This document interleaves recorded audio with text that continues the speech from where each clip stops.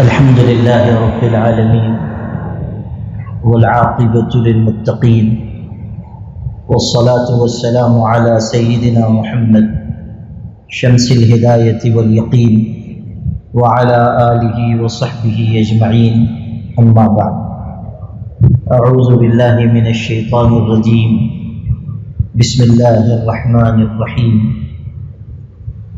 قل إن كنتم تحبون الله فاتبعوني يحببكم الله ويغفر لكم ذنوبكم وقال النبي صلى الله عليه وسلم ألا إني أوتيت الكتاب ومثله معه أو كما قال صلى الله عليه وسلم.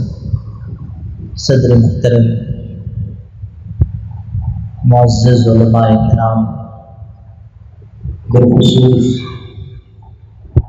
اس مسجد کے امام و خطیب ہمارے استاد محترم حضرت مولانا مفتی حامد ظفر صاحب رحمانی دامت برکاتہ، ہم سب کے لیے یہ بہت خوشی کا موقع ہے کہ آج یہاں آپ سب بھائی بہن، مرد حضرات بھی، مستورات بھی درس حدیث شریف کے آغاز اور افتتاح کے سلسلے میں جمع ہوئے اور حدیث شریف کی ایک بہت اہم، بہت مبارک، بہت مفید کتاب کا آغاز یہاں ہو رہا ہے. انشاءاللہ اس کی پہلی حدیث شریف پڑھ کر اس کی کچھ مختصر تشریح کی جائے گی. اس سے پہلے چند باتیں میں آپ لوگوں سے عرض کرنا چاہتا ہوں. میرے بھائیوں اور عزیز بہنوں، ہمارے دین کی بنیاد اللہ تعالیٰ کی وحی پر ہے. دین کی بنیاد عقل پر نہیں، اللہ کی وحی پر ہے. انسان کی عقل محدود ہے، اللہ تعالیٰ کا علم لامحدود ہے. ایک جگہ جا کر عقل کی انتہا ہو جاتی ہے، اللہ تعالیٰ کے علم کی انتہا نہیں ہے. اللہ کا علم لامحدود ہے. کسی کا خوبصورت جملہ ہے کہ جہاں جا کر انسانی عقل کی انتہا ہوتی ہے وہاں سے اللہ تعالیٰ کی وحی کی ابتدا ہوتی ہے. انسان کی عقل جہاں جا کر ہتھیار ڈال دیتی ہے وہاں سے وحی کی پرواز شروع ہوتی ہے. وحی اللہ تعالیٰ کا علم ہے اور اللہ نے دو قسم کی وحی دنیا میں اتاری ہے. ایک وحی وہ ہے جس کی تلاوت کی جاتی ہے، یعنی قرآن پاک، ہم اس کو پڑھتے ہیں، اس کی تلاوت کرتے ہیں. ایک وحی وہ ہے جس کی تلاوت تو نہیں ہوتی لیکن اس سے ہدایت حاصل کی جاتی ہے، اور وہ حدیث شریف ہے. اور ان دونوں میں جوڑ یہ ہے کہ قرآن پاک کی تشریح اور تفسیر حدیث شریف ہے. کوئی شخص اللہ تعالیٰ کی کتاب کو سمجھ نہیں سکتا جب تک کہ وہ حدیث شریف کا سہارا نہ لے. امت میں ایک بہت بڑا فتنہ پیدا ہوا جس کو آج بھی دنیا کے مختلف علاقوں میں لوگ بڑھانے پھیلانے کی کوشش کر رہے ہیں. اہل قرآن کا فتنہ. وہ یہ کہتے ہیں کہ حسبنا کتاب اللہ. کانوں کو بہت اچھی لگتی ہے بات، سننے میں بھی اچھی ہے، بولنے میں بھی اچھی ہے کہ ہمارے لیے اللہ کی کتاب کافی ہے. یقیناً اللہ کی کتاب کافی ہے، مگر اسی وقت جب کہ حضرت نبی کریم صلی اللہ علیہ وسلم کی حدیثیں اس کی شرح کے لیے، اس کی توضیح کے لیے، اس کی تفسیر کے لیے موجود ہوں، ورنہ آدمی قرآن پر عمل نہیں کر سکتا ہے۔ اور یہ اللہ ہی کا فیصلہ ہے کہ اگر تم قرآن سمجھنا چاہتے ہو تو میرے محبوب کے قول و عمل کے ذریعے سمجھو، اس کے بغیر تم اگر قرآن کو سمجھنا چاہو گے تو ہدایت کے بجائے ضلالت کے راستے پر چلے جاؤ۔ یہ اللہ ہی کا فیصلہ ہے کہ قرآن پاک سمجھا جائے گا حضرت نبی کریم صلی اللہ علیہ وسلم کے ارشادات سے۔ اس پر مجھ کو ایک قصہ یاد آیا۔ ہمارے پیر و مرشد حضرت مولانا سید محمد ولی صاحب رحمانی رحمۃ اللہ علیہ، اللہ تعالیٰ نے ان کو جہاں روحانیت سے نوازا تھا وہیں ان کا علم بھی بہت گہرا تھا، اور بسا اوقات ایسے جملے ارشاد فرماتے تھے کہ اس پر ایک رسالہ لکھا جا سکتا ہے۔ میں بمبئی میں ان کی خدمت میں حاضر تھا، 2010 کا واقعہ۔ مسلم پرسنل لا بورڈ کے کچھ کاموں کے لیے ہم لوگ اکٹھا ہوئے تھے، کئی بڑے علماء تھے، میں خادمانہ شریک تھا۔ چونکہ حضرت مولانا مفتی حامد ظفر صاحب رحمانی کا بھی انہی سے تعلق رہا ہے، اور حضرت جی کا فیض ان کو بھی ان کے والد حضرت قاضی شریعت مولانا عبدالاحد اظہری نور اللہ مرقدہ کو بھی حاصل ہوا۔ اس مناسبت سے خاص طریقے پر قصہ یاد آ گیا۔ تو ہم لوگ حاضر تھے، مولانا خالد سیف اللہ صاحب بھی تھے، مفتی فضیل الرحمان ہلال عثمانی صاحب بھی باحیات تھے، وہ بھی تھے، کئی بڑے علماء تھے۔ تو جلسے سے فارغ ہو کر ہم لوگ، جو داعی تھے انہوں نے دعوت کی تھی شالیمار ہوٹل میں، وہاں حضرت کو لے کر گئے اور علماء کو جو ساتھ تھے۔ تو وہاں ہوٹل کے باہر دکان تھی اور وہاں کچھ چیزیں بک رہی تھی۔ حضرت کو حسن کتابت سے بڑی دلچسپی تھی، خوشخط کوئی چیز لکھی ہوئی ہوتی تھی، نگاہ ان کی ٹھہر جاتی تھی۔ تو وہاں باہر جو ہے کچھ توغرے، کچھ اس طرح کی چیزیں بک رہی تھی، تو وہ تھوڑی دیر کے لیے ٹھہر گئے اور کچھ چیزیں اٹھا کر دیکھنے لگے۔ مجھ کو ایسا محسوس ہوا کہ اس میں سے 2-3 چیزیں جو ہیں حضرت کو پسند آئیں، لیکن وقت نہیں تھا، تنگی تھی وقت کی، وہ آگے بڑھ گئے۔ تو میں ذرا پیچھے رہ گیا اور اس میں سے کچھ چیزیں خرید کر میں لے کر گیا، اور میں نے اندر جا کر ان کو پیش کیا کہ یہ آپ کی خدمت میں آپ دیکھ رہے تھے۔ اس میں ایک کچن بھی تھا، اور وہ ایسا تھا کہ اس پر اللہ کا نام لکھا ہوا تھا، بہت خوبصورت، اور چاروں طرف اللہ ہی کا نام لکھا ہوا تھا، 4 کونے تھے، چاروں طرف لکھا ہوا تھا۔ تو حضرت نے اس کو ہاتھ میں لے کر دیکھا، اس کے بعد ارشاد فرمایا کہ یہ خوبصورت تو بہت ہے، لیکن آپ ایسا ڈھونڈ کر لائیے جس میں ایک طرف اللہ اور دوسری طرف محمد لکھا ہوا۔ اور پھر یہ ارشاد فرمایا کہ اللہ تعالیٰ کو بھی یہی جملہ سنانا تھا کہ اللہ تعالیٰ کو بھی وہ اللہ پسند نہیں ہے جو محمد کے بغیر سمجھ میں آئے۔ یہ ارشاد جب یہ بات فرمائی تو مولانا خالد سیف اللہ صاحب جو خود بہت بڑے عالم ہیں اور حضرت کے شاگرد ہیں، انہوں نے کہا کہ حضرت ایک دفعہ پھر فرمائیے، آپ نے ایسا خوبصورت جملہ کہا ہے کہ اس پر ایک رسالہ لکھا جا سکتا ہے۔ تو یہ جو بات ہے کہ قرآن پاک سمجھا جائے گا حضرت نبی کریم صلی اللہ علیہ وسلم کے ارشادات سے، آپ کی احادیث سے، یہ خود اللہ کی پسند ہے، اور اللہ نے اپنی پسندیدگی اس طرح بھی واضح کی کہ اے پیغمبر آپ کہہ دیجئے کہ اگر تم اللہ سے محبت کرنا چاہتے ہو تو میرے راستے پر چلو، تب اللہ تم سے محبت کرے گا۔ اور صرف محبت نہیں، مغفرت بھی فرمائی، وَيَغْفِرْ لَكُمْ ذُنُوبَكُمْ، تمہارے گناہ بھی معاف کر دے۔ قرآن پاک میں بہت سی چیزیں ایسی ہیں کہ جن کی تفسیر حدیث سے ہوتی ہے.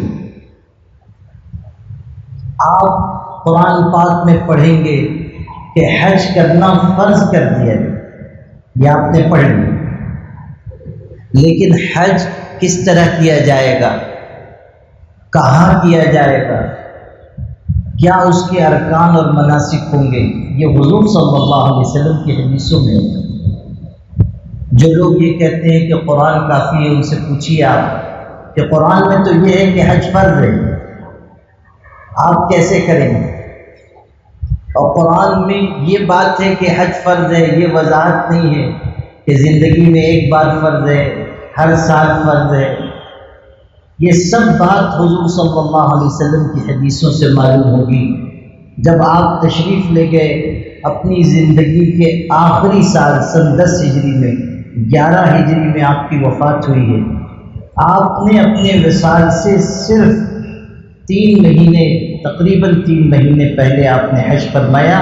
اس موقع پر بہت بڑا مجمع آپ کے ساتھ تھا، تو آپ جو حج کے مناسک ادا کر رہے تھے تو آپ فرماتے تھے خذوا عنی مناسککم، کہ حج کے ارکان، حج کا طور طریقہ مجھ سے سیکھ لو.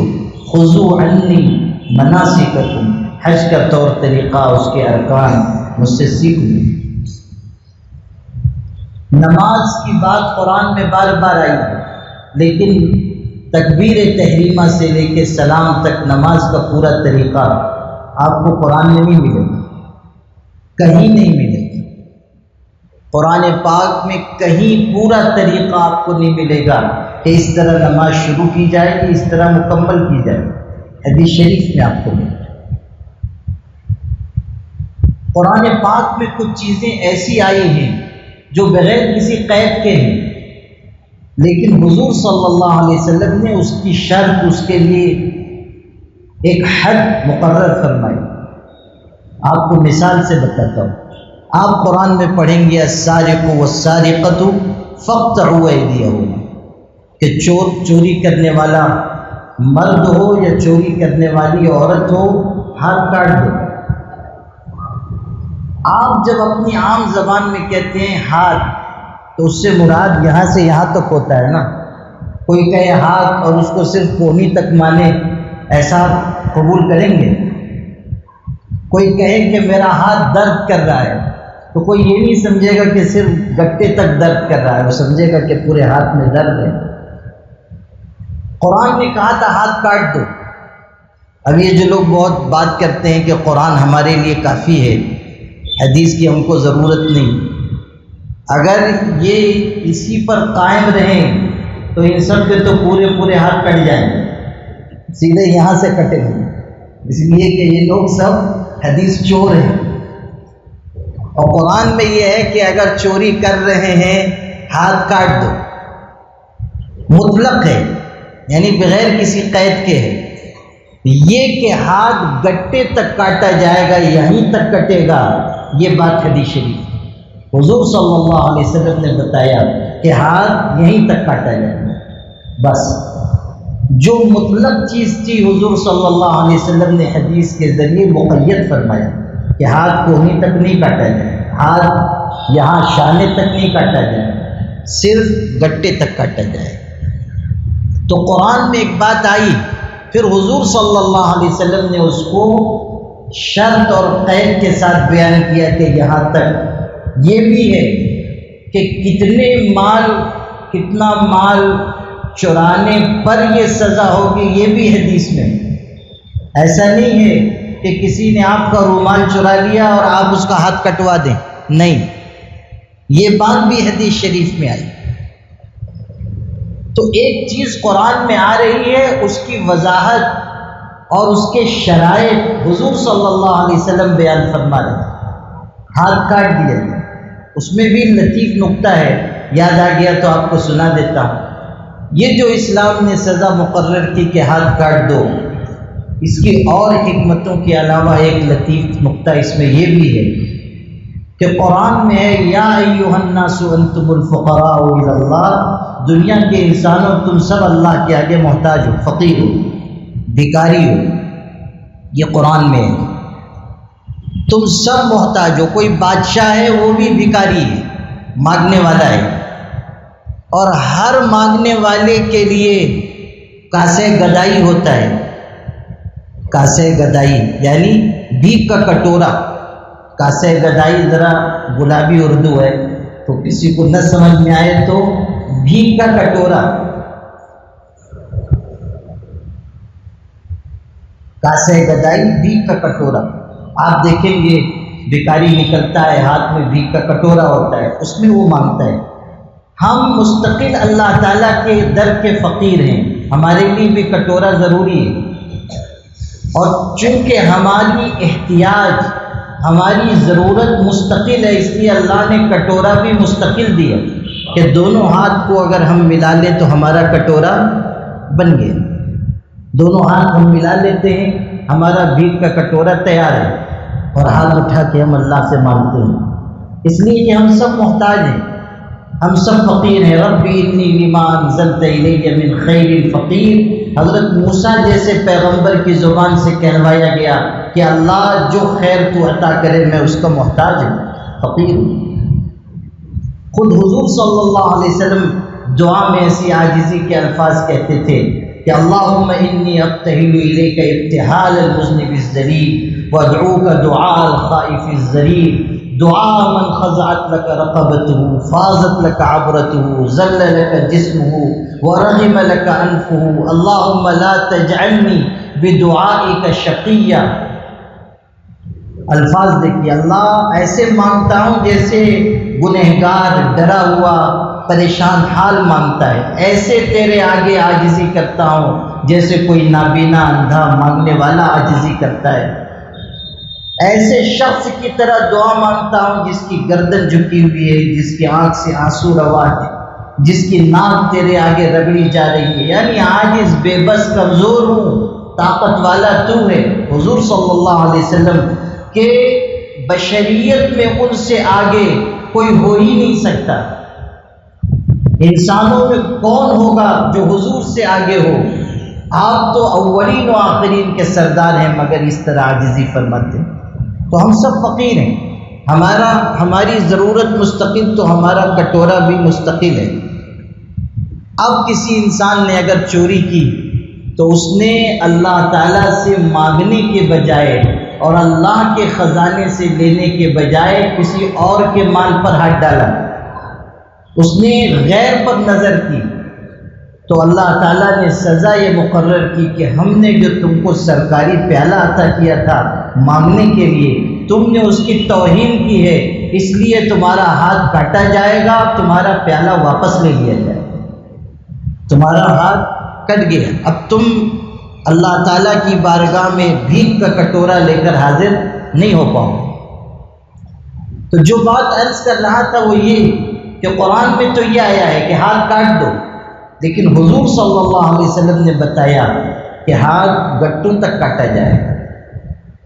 پھر آپ یہ بھی دیکھیے کہ قرآن پاک میں ایسی چیزیں آئی ہیں جو احکامات کی ہیں، حضور صلی اللہ علیہ وسلم نے ان احکامات کی تفصیل بیان فرمائی۔ شرع الگ چیز ہے، جزئیات بیان کرنا، تفصیل بیان کرنا۔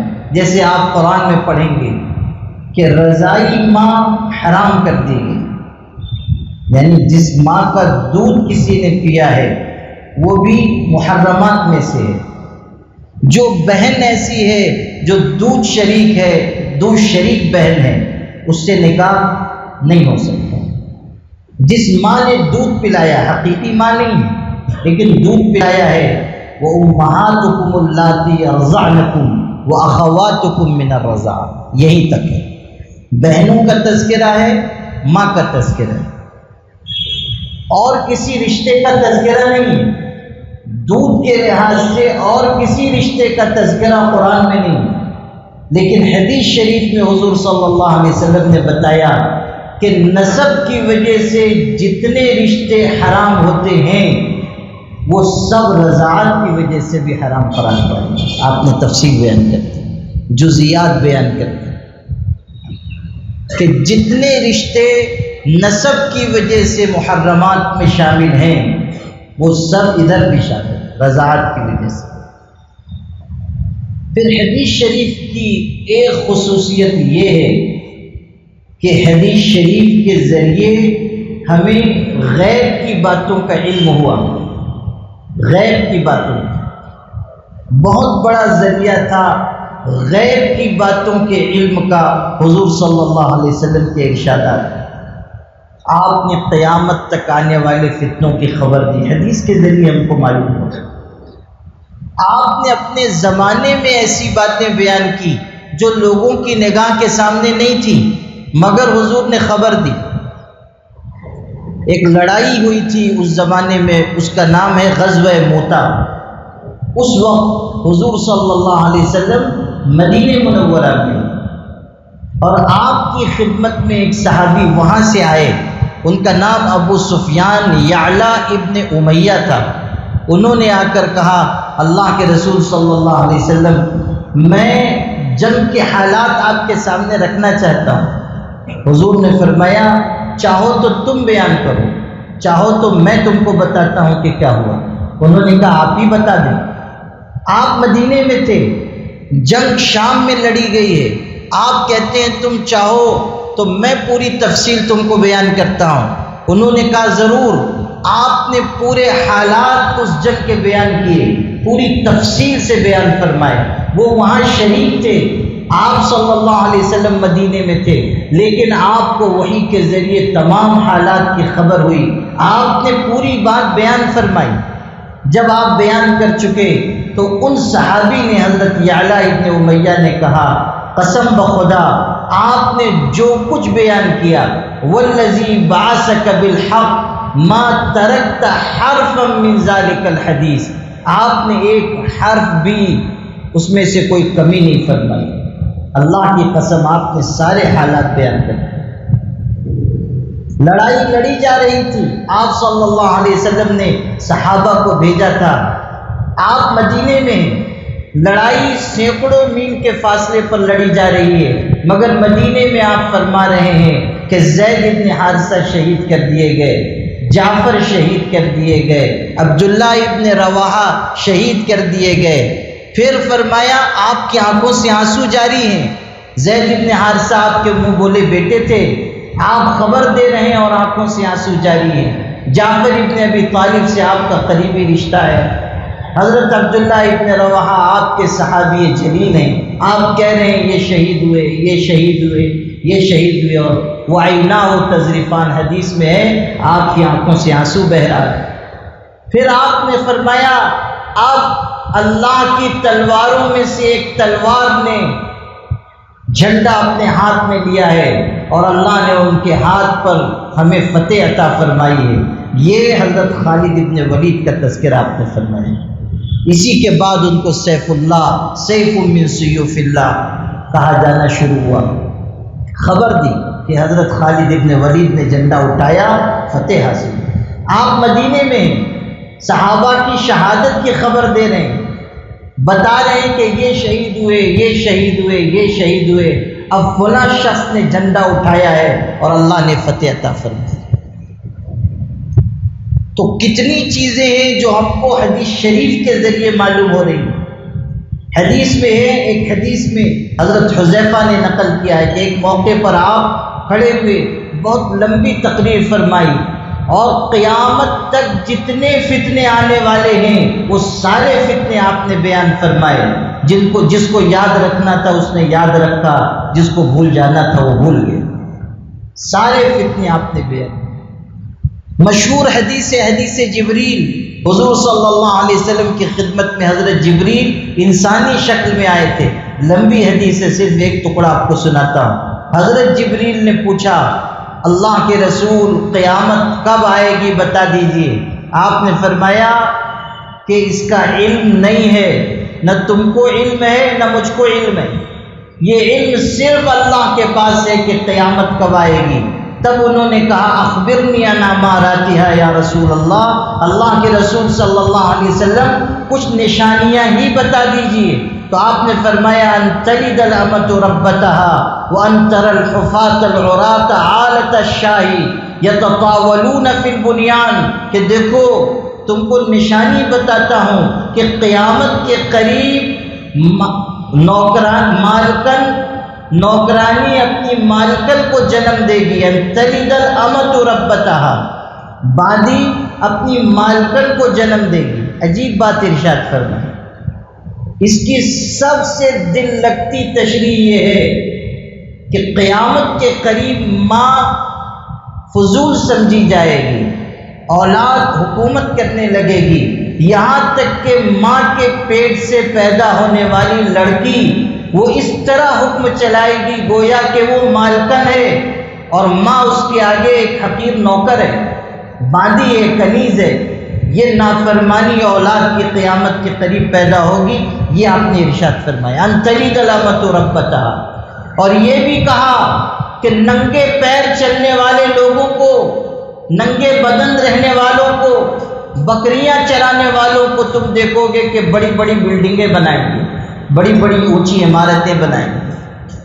یہ جو آتے ہیں ہمارے ہاں گائے بیل بھینس بکری چرانے، جن کو ہم لوگ خانہ بدوش کہتے ہیں، کہ ان کا کوئی گھر نہیں. آپ ان کے علاقے میں جا کر دیکھیں گے تو اتنا اونچا گھر ہے کہ آپ دیکھتے دیکھتے آپ کی ٹوپی گر جائے گی، اتنے یہ مالدار ہوتے ہیں. راجستھان کے علاقوں میں، جن علاقوں میں ان کے مکانات ہیں، آپ جا کر دیکھیں گے کروڑ پتی ہیں، لاکھ پتی ہیں، بہت مال ہے، اونچی اونچی بلڈنگوں میں رہ رہے ہیں. ادھر آتے ہیں تو معلوم ہوتا ہے کہ دنیا میں سب سے زیادہ مخلوق الحال تو بیچارے یہی ہیں. تو قیامت کے قریب یہ ہوگا. اور کتنی نشانیاں حضور نے بیان کی، اس کے بیان کرنے کا موقع نہیں. ایک بات یہ بھی بیان فرمائی ہے کہ جب نااہل کو منصب پر بٹھا دیا جائے، سمجھو کہ قیامت قریب آ گئی. اذا وسد الامر الى غیر اہلہ فانتظر الساعہ.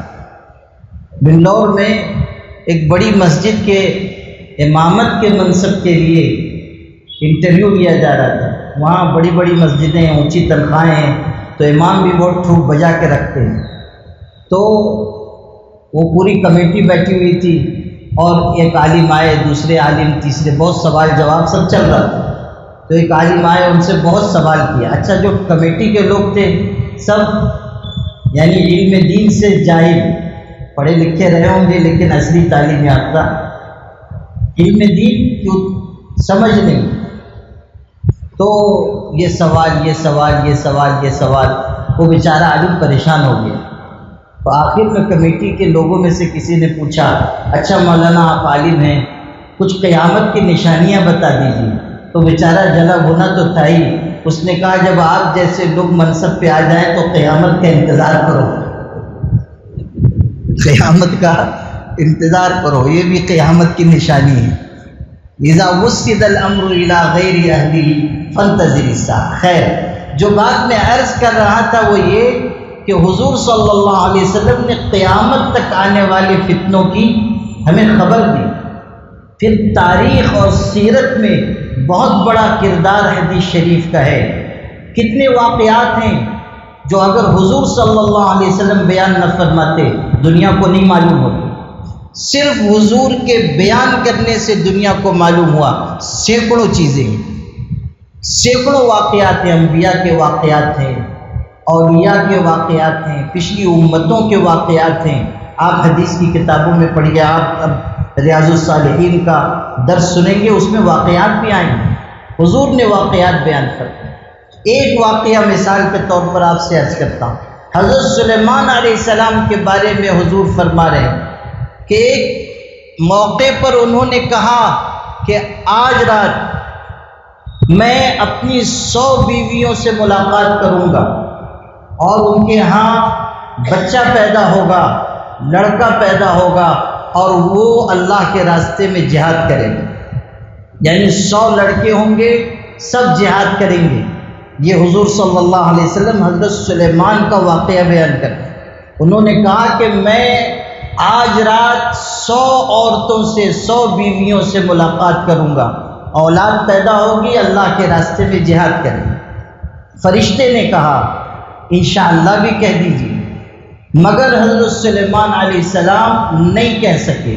حدیث کے الفاظ فلم یقل و نسیہ، نہیں کہہ سکے، بھول گئے.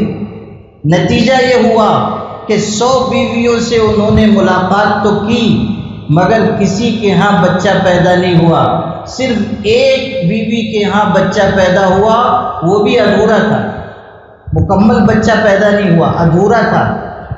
اور جب وہ بچہ لایا گیا، ان کے سامنے پیش کیا گیا، تو ان کو اپنی چوک کا احساس ہوا اور انہوں نے اللہ کے آگے استغفار کیا. حضور صلی اللہ علیہ وسلم نے بتایا کہ دیکھو انبیاء علیہ السلام بھی اگر اللہ تعالیٰ پر توکل اور اعتماد کا اظہار کرنے میں ان سے بھول ہو جائے، نتیجہ اچھا نہیں نکلے. اس لیے تم ہمیشہ اللہ پر اعتماد اور بھروسہ کرو. حدیث شریف کے بارے میں یہ بھی سمجھ لیجئے کہ حدیث شریف نصیحت کا بہترین ذریعہ ہے. اس کے ذریعے دل نرم ہوتے ہیں. حدیث شریف میں کتنی کام کی باتیں ہیں، زندگی کو سنوارنے والی باتیں ہیں. حضور صلی اللہ علیہ وسلم جامع کلمات سے نوازے گئے کہ آپ کے ارشادات ایسے ہیں کہ اس کے حروف الفاظ مختصر ہیں مگر معانی کا سمندر ہے. اور نصیحت کی ایسی باتیں ہیں کہ آدمی اگر دل کے کانوں سے سنے اس کی زندگی بدل جائے گی، اس کی دنیا آخرت کے لیے وہ کافی ہے. تو اس لیے حدیث شریف کا اہتمام کرنا چاہیے، سننے کا، سمجھنے کا، پھر عمل کا. درس حدیث کا یہ حلقہ اسی لیے قائم ہو رہا ہے کہ آپ حدیث شریف سمجھیں. ہم عربی نہیں جانتے، ہم براہ راست حدیث شریف نہیں سمجھ سکتے، تو ہم کوشش کریں کہ کسی عالم سے ہم حدیث شریف کا درس لیں. آپ کے لیے خوش قسمتی کی بات ہے کہ آپ کو ایسا امام ملا ہے جو عالم بھی ہے، جو حدیث اور قرآن اور فقہ پر نگاہ رکھنے والا ہے، جو علم ظاہر کے ساتھ علم باطن جاننے والا ہے. افسوس کی بات یہ ہے کہ ہمارے یہاں کے لوگ قدر نہیں کرتے، اپنے یہاں کے لوگ قدر نہیں کرتے، چونکہ یہاں زیادہ عالم ہو گئے نا، اپنے یہاں زیادہ لوگ حافظ ہو گئے، زیادہ مفتی ہو گئے، تو اپنے لوگوں کی نگاہ میں قدر و منزلت گھٹ گئی. ہم استفادہ نہیں کرتے.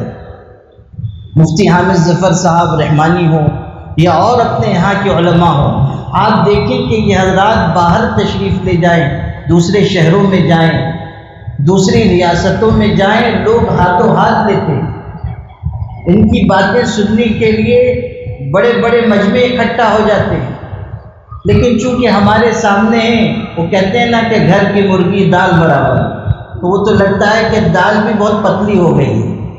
یعنی وہ جو کہتے تھے وہ دال بھی سلیقے کی نہیں، وہ دال ایسی ہے جیسے مدرسے میں کہتے ہیں کہ ما یجوز بہ الوضو، ایسی پتلی دال ہے کہ اس سے وضو بھی جائز ہے، تو والی دال ہوگی. ایسا نہیں کرنا چاہیے. ہمیں اپنی قسمت پر ناز کرنا چاہیے کہ ہم ایک اچھے امام کے پیچھے نماز پڑھ رہے ہیں، ہم ان سے درس قرآن، درس حدیث لے سکتے ہیں، ہم ان سے فتاوی حاصل کر سکتے ہیں، ہم ان سے اپنے دل کی اصلاح کرا سکتے ہیں، ہم ان سے ذکر سیکھ سکتے ہیں، ہم ان سے روحانیت کی تعلیم لے سکتے ہیں. یہ سب ہمارے اندر جذبہ آنا چاہیے. تو یہ باتیں چند میں نے اس لیے عرض کر دی تاکہ آپ حدیث شریف کی عظمت کو سمجھیں. اب آپ کے سامنے پہلی حدیث شریف جو ریاض الصالحین کی ہے اس کی میں مختصر تشریح عرض کرتا ہوں. یہ حدیث شریف بخاری کی بھی پہلی حدیث ہے اور ریاض الصالحین میں بھی پہلی حدیث یہی ہے. اور جو ریاض الصالحین کے مصنف ہیں انہوں نے پہلا باب نیت کو حاضر رکھنے کا قائم فرمایا. نیت کو حاضر رکھنا، تمام کھلے چھپے اعمال میں نیت کو حاضر رکھنا. اور قرآن پاک کی 3 مقامات کی آیتیں نقل کی ہیں، 3 مقامات کی، سورہ بینہ کی، سورہ حج کی اور سورہ آل عمران کی. 3 مقامات کی 3 الگ الگ آیتوں کے ٹکڑے ہیں، اور تینوں کا خلاصہ یہی ہے کہ انسان اپنی نیت کو درست کرے. وہ مشہور آیت بھی اس میں ہے، جو ہم قربانی کے موقع پر سنتے ہیں کہ قربانی کے جانور کا خون اور گوشت اللہ تعالیٰ تک نہیں پہنچتا، اللہ تعالیٰ تک تمہارے دل کا تقویٰ پہنچتا ہے، نیت پہنچتی ہے۔ حضور صلی اللہ علیہ وسلم نے اس چیز کو کتنے خوبصورت الفاظ میں بیان کیا۔ حضرت عمر ابن خطاب رضی اللہ تعالیٰ عنہ سے روایت ہے، حضور نے فرمایا انما الاعمال بالنیات وانما لكل امرئ ما نوى فمن كانت هجرته الى الله ورسوله فهجرته الى الله ورسوله ومن كانت هجرته الى دنیا يصيبها او الى امرأة ينكحها فهجرته الى ما هاجر اليه۔ ارشاد ہے اعمال کا دار و مدار نیت پر ہے، ہر آدمی کے لیے وہی چیز ہے جس کی اس نے نیت کی۔ اگر کسی نے ہجرت کی اللہ اس کے رسول کے لیے، اس کی ہجرت اللہ اس کے رسول کے لیے ہی مانی جائے گی، اور اگر کسی نے ہجرت کی، اپنا وطن چھوڑ رہا ہے، ہجرت کر رہا ہے، لیکن مقصد یہ ہے کہ مال کماؤں گا، پیسے کماؤں گا، دنیا بناؤں گا، جیسے بہت سے لوگ ہیں ہندوستان سے چلے جاتے ہیں دبئی، ہجرت تو ہوئی کہ اپنا وطن چھوڑ کر گئے، ہجرت کا مطلب چھوڑنا، ترک کرنا، تو چھوڑ کر تو گئے، لیکن اللہ کے لیے تھوڑی گئے، اس کے رسول کے لیے تھوڑی گئے، دین کو کے کلمے کو بلند کرنے تھوڑی گئے، جانا اس لیے ہے کہ مال کمائیں۔ یا کوئی آدمی ہجرت کرے کسی عورت سے نکاح کے لیے، شادی کے لیے، کوئی عورت دوسرے علاقے کی ہے، اب اس کا اس سے تعلق ہو گیا، یہ چاہتا ہے اس سے شادی کروں، عورت ایسی ہے کہتی ہے کہ ادھر میں نہیں آؤں گی، تم کو ادھر آنا پڑے گا، اور یہ چلا جائے اپنا وطن چھوڑ کے ہجرت کر کے، تو یہ ہجرت اللہ کے لیے تھوڑی ہے، یہ تو بیوی کے لیے، عورت کے لیے۔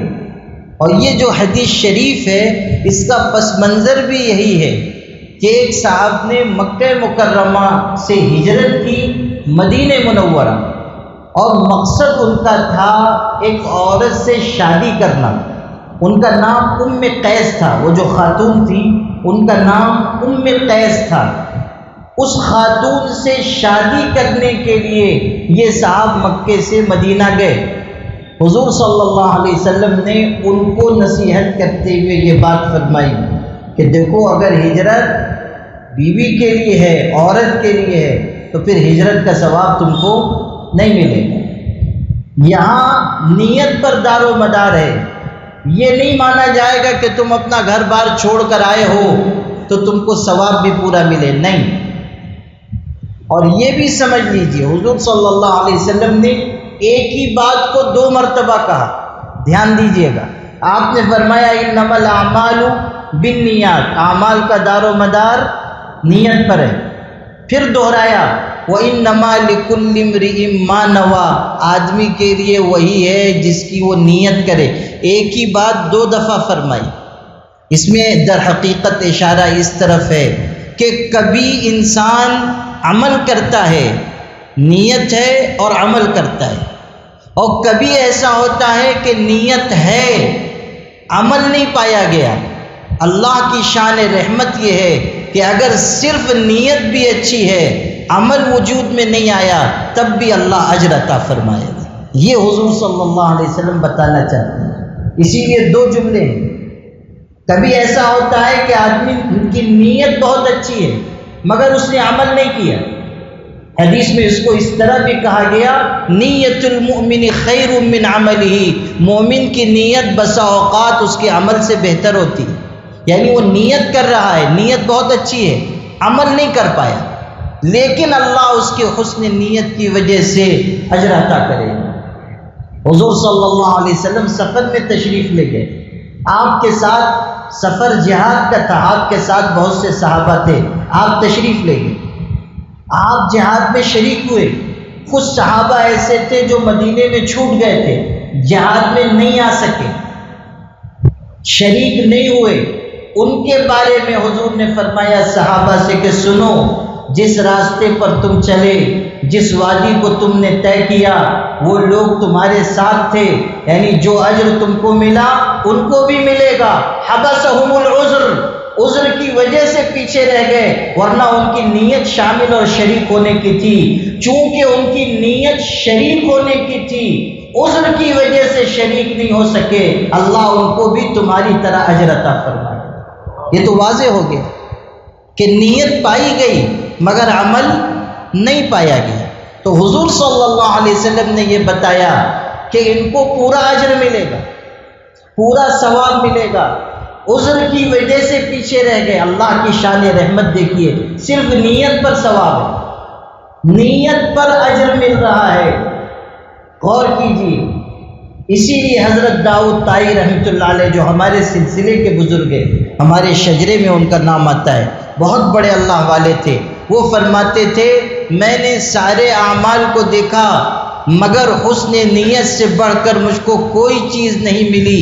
فَإِنَّهُ يَجْمَعُ الْخَيْرَ كُلَّهُ، اچھی نیت وہ چیز ہے جو سارے خیر کو جمع کر لیتی ہے۔ اچھی نیت ایسی چیز ہے ساری بھلائی کو اکٹھا کر لیتی ہے۔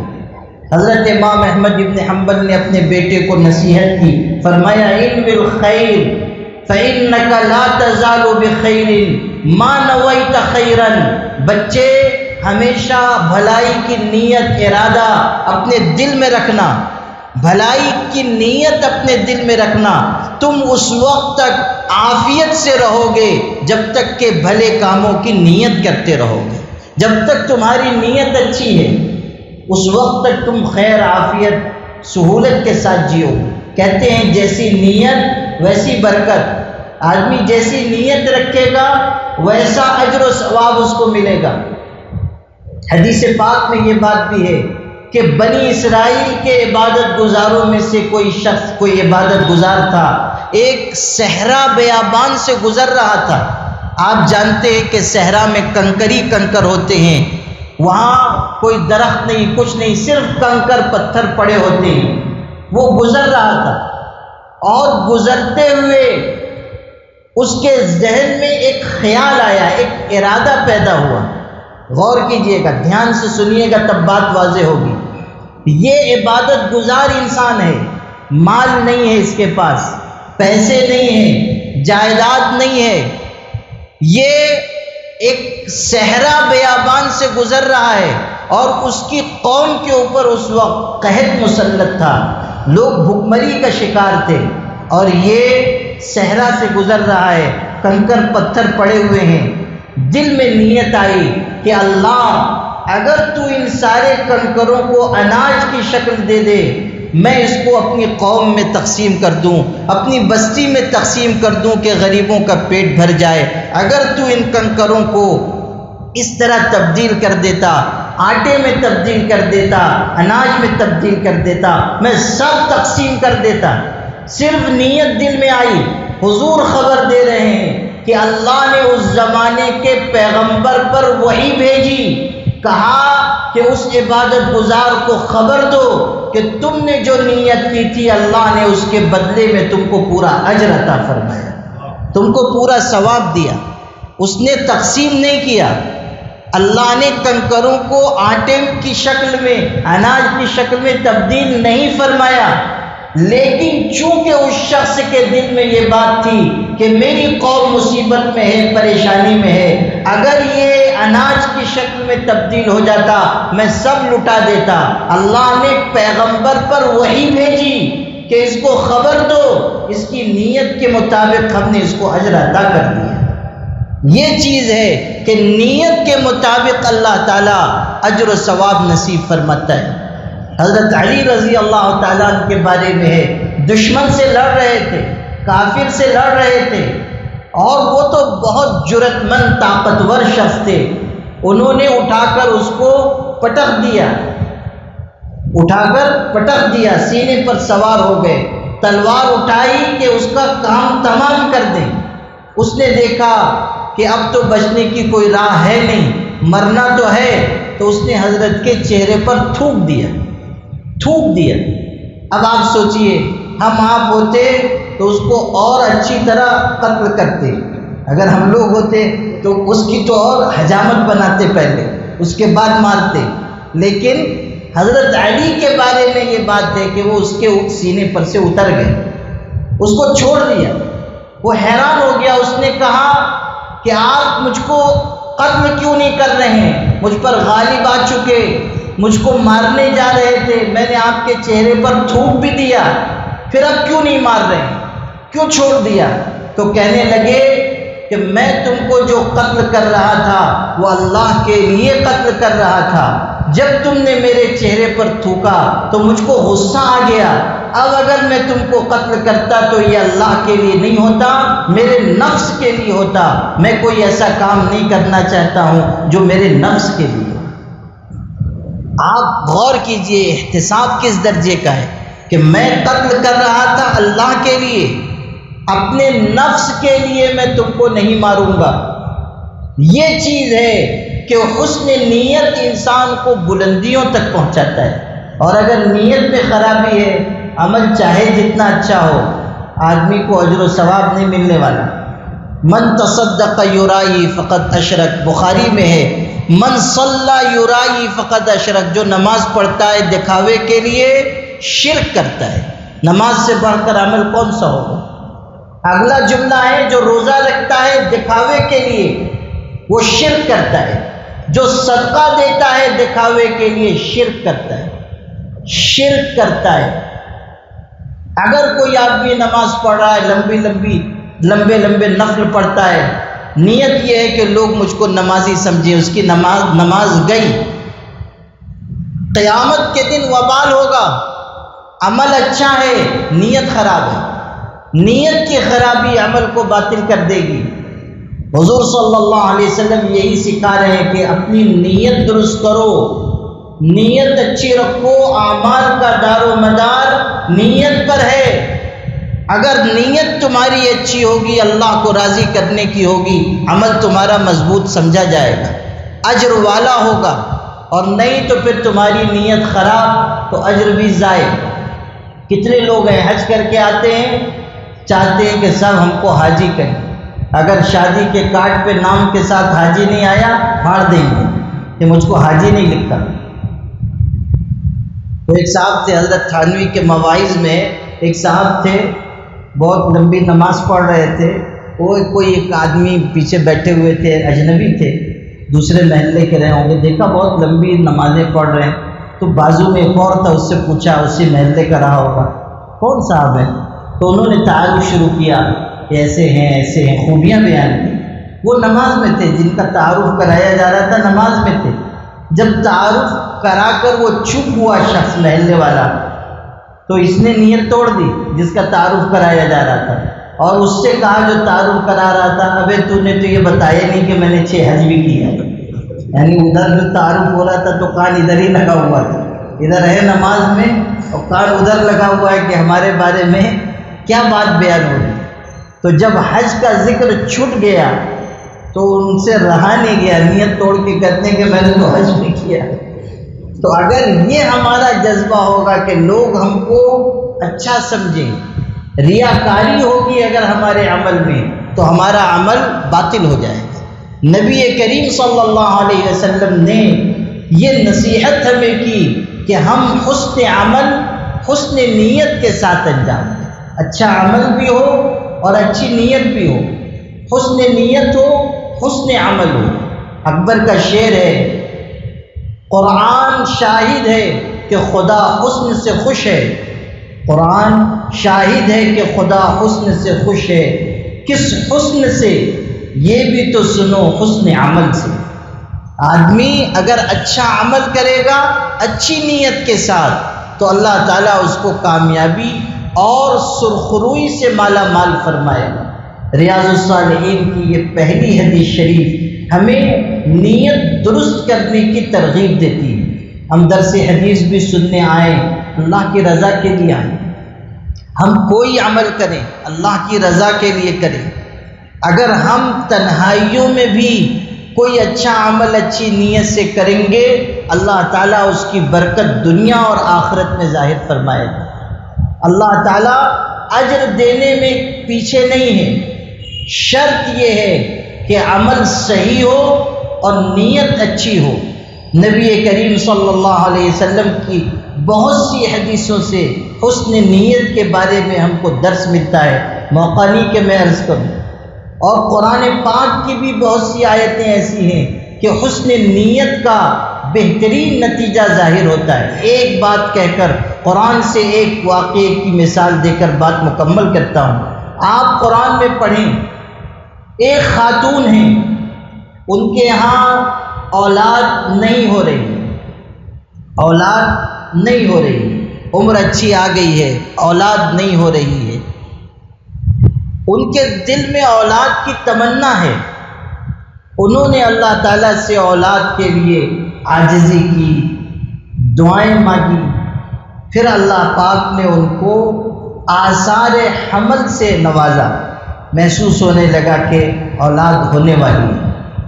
تو اس وقت انہوں نے ایک بہترین نیت کی، قرآن میں آپ پڑھیے، انہوں نے یہ نیت کی کہ رب انی نذرت لک ما فی بطنی محررا فتقبل منی۔ اللہ، جو اولاد میرے پیٹ میں ہے، جو بچہ میرے پیٹ میں ہے، جب یہ پیدا ہوگا میں اس کو تیرے دین کے لیے وقف کر دوں گی۔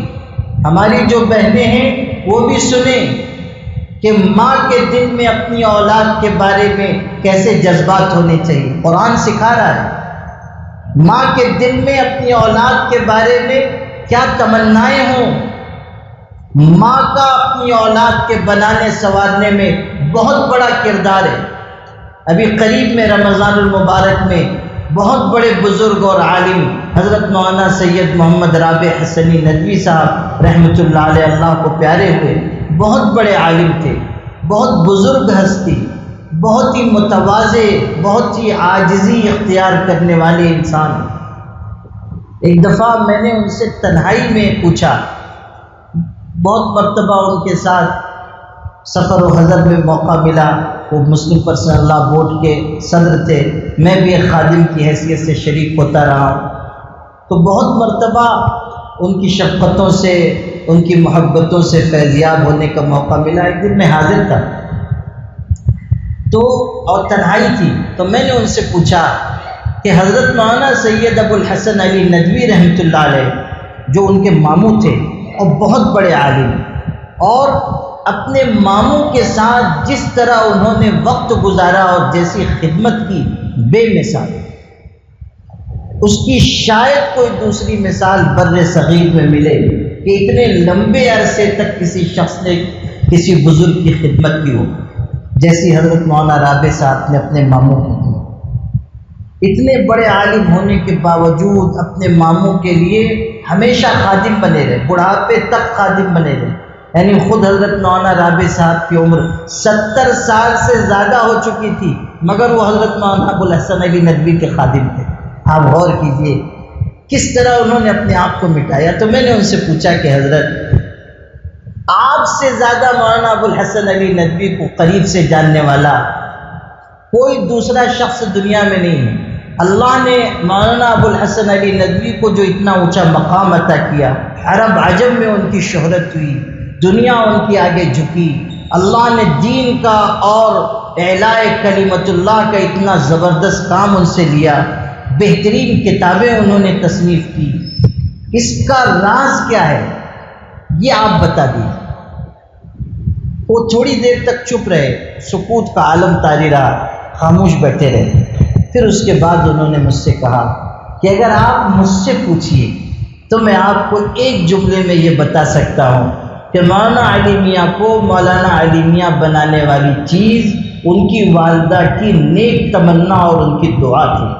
میں نے خود ان کی والدہ کو دیکھا ہے کہ وہ تہجد میں کئی گھنٹے روتی تھیں اور دعا مانگتی تھیں کہ اللہ میرے علی کو خدمت دین کے لائق بنا دے۔ یہ دعا مانگتی تھیں اور روتی تھیں، اللہ میرے علی کو خدمت دین کے لائق بنا دے، بار بار یہ دعا مانگتی تھی۔ کہنے لگے آپ اگر مجھ سے دل کی بات پوچھئے تو اس اونچے مقام تک ان کو لے جانے والی چیز ان کی والدہ کی نیک تمنا اور دعا تھی۔ ماؤں کا بہت بڑا کردار ہے۔ اب سنیے، ایک ماں کے پیٹ میں بچہ ہے وہ اس وقت نیت کرتی ہے اللہ یہ بچہ تیرے دین پر مر مٹے گا، میں اس کو تیرے دین کے لیے وقف کر دوں گی۔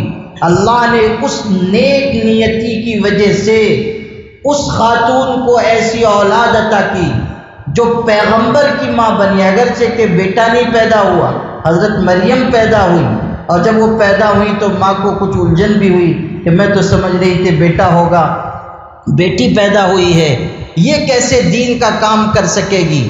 لیکن قرآن میں آپ پڑھیں کہ اللہ نے حضرت مریم کو کیسا اونچا مقام عطا کیا، فرشتوں نے آ کر بشارت دی، اور دنیا کی سب سے زیادہ سچی زبان نے خبر دی کہ ساری کائنات میں سب سے بہترین 4 عورتیں ہیں اور ان میں سے ایک حضرت مریم ہے۔ قرآن میں ان کی مثال اللہ نے ایمان والوں کے لیے اتاری۔ ایک ماں کے حسن نیت کی برکت سے اللہ نے کیسی اولاد عطا فرمائی۔ یہ ہے وہ چیز کہ اگر حسن نیت ہو تو اللہ اس کا بہترین اثر ظاہر کرتا ہے۔ صلاح الدین ایوبی کے والد کے بارے میں بھی ہے، نجم الدین نام تھا، اچھی عمر آ گئی تھی، شادی نہیں کر رہے تھے۔ ان کے بھائی اسد الدین شیرکو تھے، انہوں نے کہا اب شادی نہیں کر رہے ہیں، وزیر کی بیٹی ہے، کہے تو میں پیغام بھیجوں، بہت اچھی ہے، حسن و جمال والی ہے، ہنرمند ہے، مال والی ہے۔ انہوں نے کہا نہیں میں اس سے شادی نہیں کروں گا۔ تو بھائی ناراض ہوا، اس نے کہا وزیر کی بیٹی سے نہیں کرے گا تو پھر کس سے کرے گا؟ بھائی تھے تو ڈانٹا ان کو، کہا کہ نہیں میں اس سے نہیں کروں گا۔ انہوں نے پوچھا کس سے کرو گے؟ الفاظ سنیے گا، نیت دیکھیے، کہنے لگے میں ایسی نیک لڑکی سے شادی کرنا چاہتا ہوں جو ہاتھ پکڑ کر مجھ کو جنت میں داخل کر دے، اور جس کے پیٹ سے اللہ مجھ کو ایسی اولاد دے جو مسلمانوں کے پہلے قبلہ کو آزاد کرائے۔ یہ نیت ان کی تھی۔ بات آئی گئی ہو گئی، کچھ عرصے کے بعد اپنے علاقے کے ایک عالم کی خدمت میں وہ حاضر تھے، اتنے میں ایک لڑکی آئی پس پردہ، اس نے ان بزرگ سے کہا کہ کچھ بات کرنی ہے۔ ان عالم نے کہا کہ نجم الدین تم بیٹھو، میں ذرا ان خاتون کی بات سن لوں پھر تم سے بات کرتا ہوں۔ اس نے پردے کے پیچھے سے کہا کہ حضرت آپ نے میرے لیے ایک رشتہ بھیجا تھا، لڑکا اچھا ہے اور کھانے کمانے والا ہے، مگر میں اس سے شادی نہیں کرنا چاہتی ہوں اس لیے کہ جو دینداری کا معیار میں چاہتی ہوں اس پر وہ کھرا نہیں اترتا ہے، اس لیے میں معذرت چاہتی ہوں۔ ان بزرگ نے پوچھا بیٹی تم کیسا رشتہ چاہتی ہو؟ تو اس لڑکی نے یہ کہا کہ حضرت میں ایسے نیک شخص سے شادی کرنا چاہتی ہوں جو مجھ کو ہاتھ پکڑ کر جنت میں داخل کر دے، اور جس کے ذریعے اللہ مجھ کو ایسی اولاد دے جو مسلمانوں کے پہلے قبلہ کو آزاد کرا دے۔ وہی جملہ کہا جو نجم الدین نے کہا تھا۔ وہ بھی سن رہے تھے، جب انہوں نے سنا تو چونک گئے، کہنے لگے حضرت اگر مناسب ہو میرا رشتہ ان سے کرا دیں۔ ان بزرگ نے کہا رشتہ تو ہو جائے گا، مگر سنو ہمارے محلے میں سب سے غریب گھرانہ اس لڑکی کا ہے، بہت غریب گھر کی ہے، تم مال منصب والے ہو، نبھا کر سکو گے؟ انہوں نے کہا بسم اللہ۔ شادی ہو گئی، دونوں کی نیت اتنی بہترین تھی، اللہ نے اس کی برکت سے ان کو اولاد عطا کی جس کو دنیا نے صلاح الدین ایوبی کے نام سے جانا۔ اور جو نیت تھی اس لڑکی کی اور نجم الدین کی، وہ نیت بھی اللہ نے پوری کرائی کہ صلاح الدین ایوبی ہی ہیں جنہوں نے 90 سال کے عرصے کے بعد عیسائیوں اور صہیونیوں کے تسلط کے بعد مسلمانوں کے پہلے قبلہ کو آزاد کرایا۔ اللہ نے ان کی نیت کی برکت ظاہر کی۔ تو حدیث شریف ہمیں سکھا رہی ہے ہر عمل میں اچھی نیت ہو، بری نیت سے ریاکاری سے ہم بچیں۔ اب انشاءاللہ آئندہ ہفتے سے حضرت مولانا مفتی حامد ظفر صاحب رحمانی دامت برکاتہم پابندی سے انشاءاللہ درس حدیث دیں گے۔ آپ سب کی ذمہ داری ہے تھوڑا وقت فارغ کر کے آئیں، حضور صلی اللہ علیہ وسلم کے ارشادات کو سننا عین سعادت ہے، برکت ہے، اور ہمارے لیے ہدایت اور نجات کا ذریعہ ہے۔ وآخر دعوانا الحمدللہ رب العالمین۔